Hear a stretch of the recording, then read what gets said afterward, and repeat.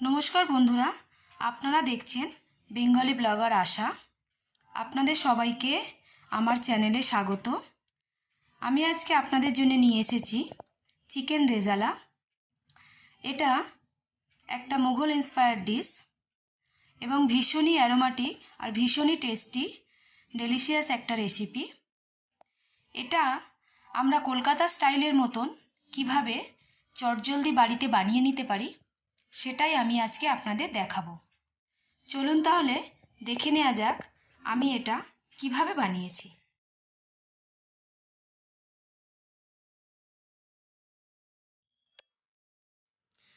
Chicken rezala বানাবার জন্যে আমি এখানে 700 মতন চিকেন নিয়েছি। আমি এখানে চিকেনটা পরিষ্কার করে ধুয়ে আর চিকেনের লেগ পিসগুলো একটু কাট করে নিয়েছি ছুরি দিয়ে, যাতে মশলাগুলো এর মধ্যে ঢুকে যায়। চিকেন রেজালা বানাবার জন্যে শুধু লেগ পিস না হলেও চলবে, আমি একটু দেখতে সুন্দর হওয়ার জন্যে চিকেন লেগ পিস ব্যবহার করেছি। চলুন তাহলে এটা ম্যারিনেশন করে নেওয়া যাক। এখানে ফার্স্ট আমি ম্যারিনেশন করার জন্যে 1 চামচ দেব আদা বাটা, 1 চামচ রসুন বাটা,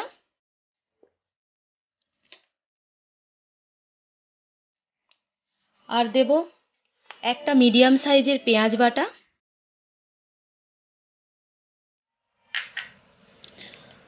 আর এখানে আমি 100 গ্রাম টক দইকে মিক্সিতে ফেটিয়ে নিয়েছি, এটা আমি এর মধ্যে দিয়ে দেব।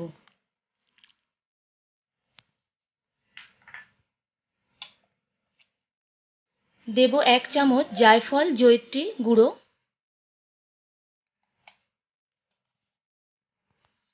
টেস্টের জন্য দেব নুন, নুনটা আপনারা পরিমাণটা বুঝে দেবেন।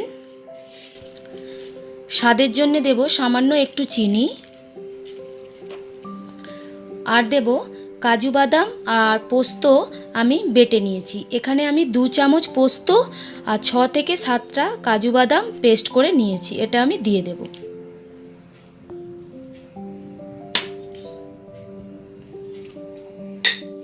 আর দেব 1 চামচ কেওড়ার জল,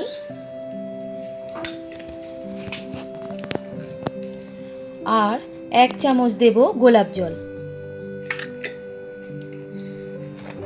দিয়ে আমি সমস্ত উপকরণটা ভালো করে হাত দিয়ে মিক্স করে নেব।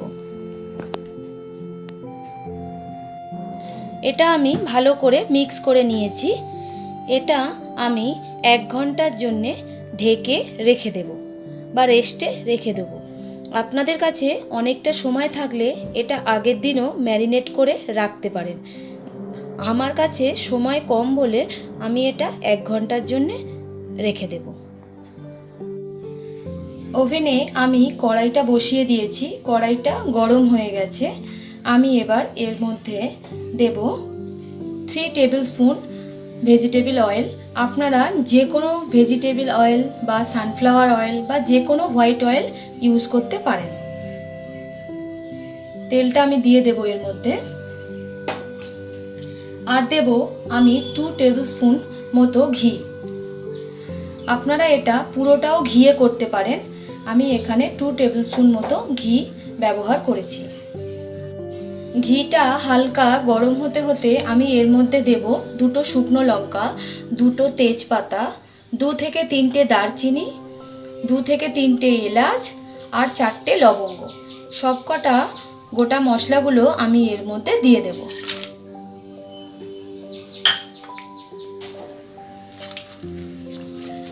মশলাটা একটু ভাজা গন্ধ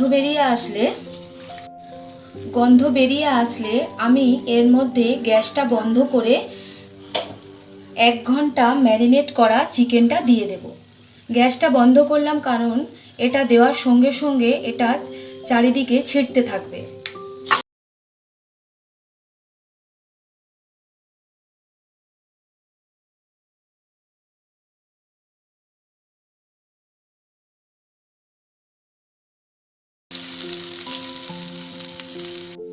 চিকেনটা ছেড়ে দিয়ে আমি গ্যাসটা হালকা মিডিয়াম অন করে দিলাম।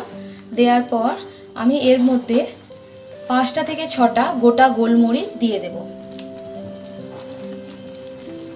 দেওয়ার পর আমি এটা একটু হালকা এপিট ওপিট করে গ্যাসটা মিডিয়াম রেখে এটা 10 মিনিট ঢাকা চাপা দিয়ে রান্না করব। 10 মিনিট পর আমি আবার ফিরে আসছি।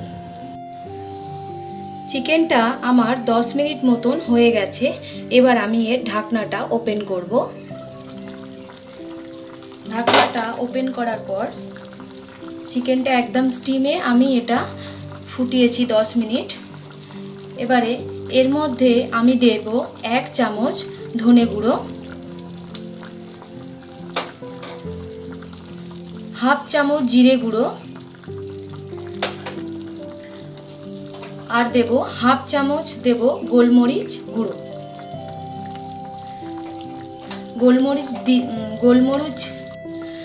গোলমরিচ গুঁড়ো দেওয়াতে একটু ঝালের পরিমাণটাও বেশি হবে, ঝালটা আপনারা বুঝে দেবেন। আমি এই সমস্ত মশলাগুলো দিয়ে ভালো করে মিক্স করে নেব। একটু নাড়াচাড়া করে আমি চিকেনটাকে আরও 15 মিনিট মতন ঢাকা দিয়ে কুক করব। 15 মিনিট পর আমি দেখাচ্ছি এটা কেমন তৈরি হয়েছে। আমার এখানে 15 মিনিট মতো হয়ে গেছে। আমি এবারে এর ঢাকনাটা ওপেন করব।